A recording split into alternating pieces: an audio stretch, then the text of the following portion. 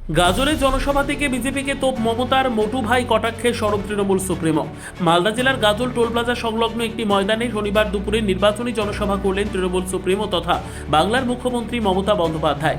গাজল বিধানসভার তৃণমূল কংগ্রেস প্রার্থী প্রসেনজিৎ দাসের সমর্থনে আয়োজিত এই সভা থেকে একাধিক ইস্যুতে বিজেপিকে আক্রমণ করেন তিনি। সভামঞ্চ থেকে উপস্থিত জনতাকে আসন্ন বাংলা নববর্ষের শুভেচ্ছা জানান মুখ্যমন্ত্রী। পাশাপাশি নাম না করে কেন্দ্রীয় স্বরাষ্ট্রমন্ত্রীকে একাধিকবার মোটু ভাই বলে কটাক্ষ করেন তিনি। এসআইআর ইস্যুতে মুখ্যমন্ত্রী বলেন, বিজেপির ধর্মই হলো ভোট কেটে দেওয়া, সব ধর্মের মানুষের ওপর অত্যাচার সহ্য করা। সংখ্যালঘুদের তো কোনো হিসেবই নেই। এখন পর্যন্ত প্রায় 250 জন আত্মহত্যা করেছে। এদিনের সভা থেকে মমতা বন্দ্যোপাধ্যায় আরও দাবি করেন, নরেন্দ্র মোদী আর অমিত শাহ মনে করছে বাংলা দখল করতে হবে। সভার বক্তব্যের শেষে মুখ্যমন্ত্রী বলেন, পশ্চিমবঙ্গের প্রত্যেকটি বিধানসভা নির্বাচনে মনে করবেন আমি নিজেই প্রার্থী হয়েছি।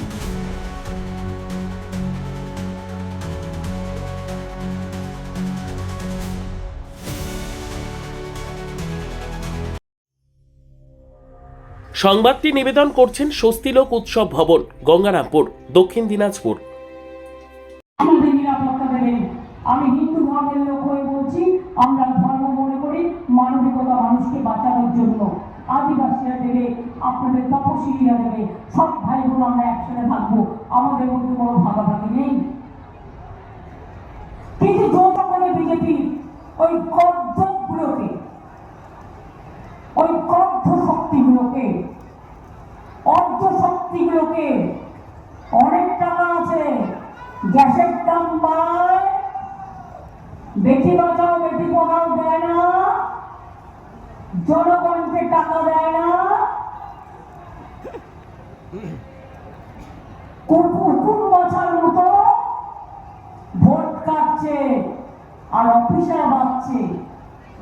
ওরা বুঝতে পারছে না, যারা বুঝতেও পারে না। কোকিলের ডাকটা আমরা ভালোবাসি, কিন্তু কোকিলের বাচ্চা জন্ম নেয় কাকের বাড়িতে। সেই রকম আপনার হাতে আঙুল আছে, অংশত্ব আছে, আবার বাংলা কাটার গাছ আছে, বিচুটি পাতার গাছও আছে। আপনি কোনটা গ্রহণ করবেন আর কোনটা বর্জন করবেন, এটা কিন্তু আপনাদের হাতে। সর্বোত্তম সুযোগ সুবিধে রয়েছে আতিথেয়তায় সুপরিচিত স্বস্তিলোক উৎসব ভবন। অতিথিদের যে কোনো অনুষ্ঠানের জন্য উপযুক্ত ওয়ান স্টপ ডেস্টিনেশন।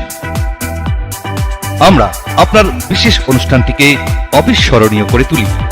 স্বস্তিলোক উৎসব ভবন, শিববাড়ি রোড, গঙ্গারামপুর, দক্ষিণ দিনাজপুর। ব্যুরো রিপোর্ট, উত্তর বাংলা সংবাদ।